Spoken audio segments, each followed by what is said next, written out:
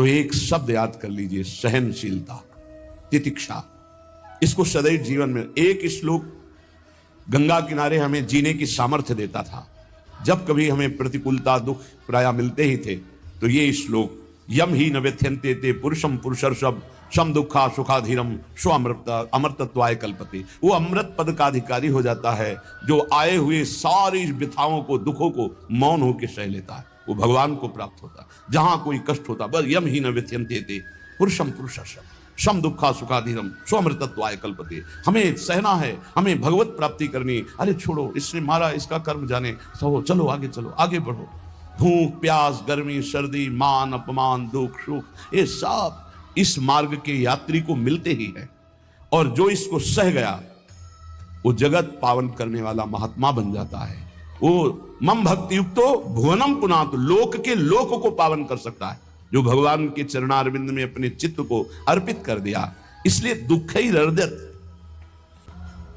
चाहे जितना दुख पड़े प्यारे, किसी से मत लो, किसी से मत, चुपचाप मौन होकर सह जाओ। तुम्हारा स्वामी विधान करके तुम्हें दुख भेजा है तो बहुत बड़ा उसमें कोई सुख है। वो मंगल भवन है, तुम्हारा मंगल होने नहीं दे सकता। दिखाई दे सकता है कि अब अमंगल हो गया हमारा, अमुक अमुक अमुक, कुछ नहीं। धैर्य पूर्वक अपने मार्ग में सीधे चलते रहो।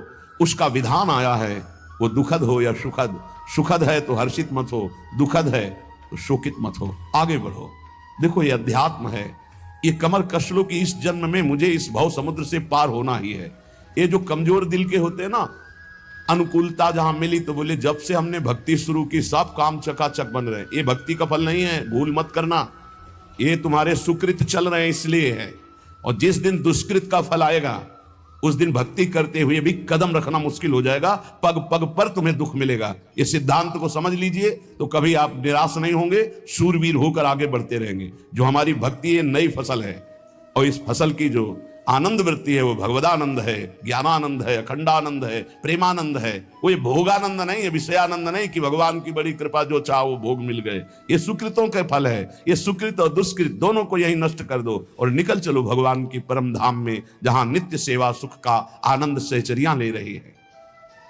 श्रीपाद कह रहे, संतर्जयस ताड़यन, कोई मुझे बहुत डांटे भर्त्सना करे और ताड़यन पिटाई भी कर दे, मुझे कुछ कभी शिकायत नहीं करनी प्रभु से। देख रहे हैं ना, वो उन्होंने विधान किया है ना कि इसको पीटो, तो हम चुपचाप पीट लेंगे, किसी से नहीं कहना। रहीमन मन की मन व्यथा रखिए मन में गोए, सुनिठ ले हैं लोग सब बांटने। इसीलिए असंगो हम, असंग किससे कहें अपने दुख सुख की बात। अपना दिल तो दिलवर को दे दिया, जो बीते सो दिल तो उनके पास है, वो तो जाने दुख सुख की बात, हम क्या जाने। हम तो बस आपके हैं। मौन, अपने विषय में न सुख की बात करे न दुख की, मौन बात करे तो प्रभु की करे, नहीं तो मौन। मान लीजिए अगर ये मौन आप धारण कर लेंगे तो निकल जाएंगे माया से, नहीं तो किसी की निंदा कर देंगे, किसी का ऐसा कटु वचन बोल देंगे, परुख वचन बोल देंगे, भजन छीण हो जाएगा, भजन करने की वृत्ति नष्ट हो जाएगी।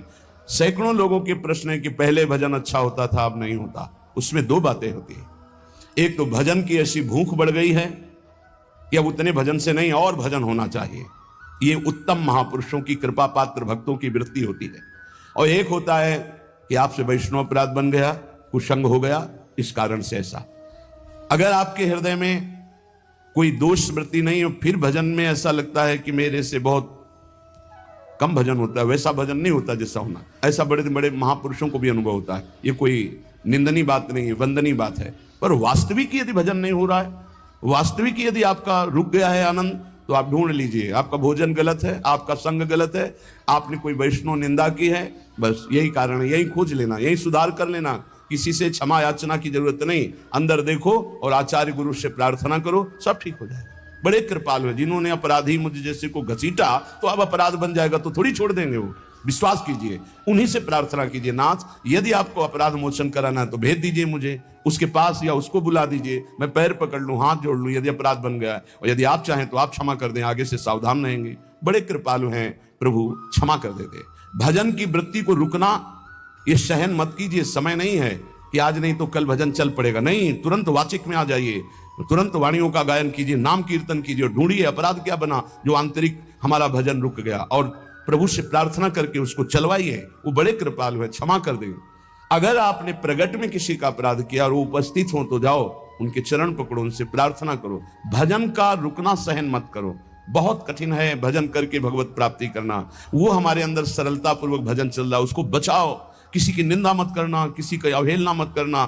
तुम्हारी कोई निंदा करे, तुम्हारी अवहेलना करे, सह जाना, कह रहे हैं, इसमें कह रहे हैं संतर्जय ताड़यन बधनन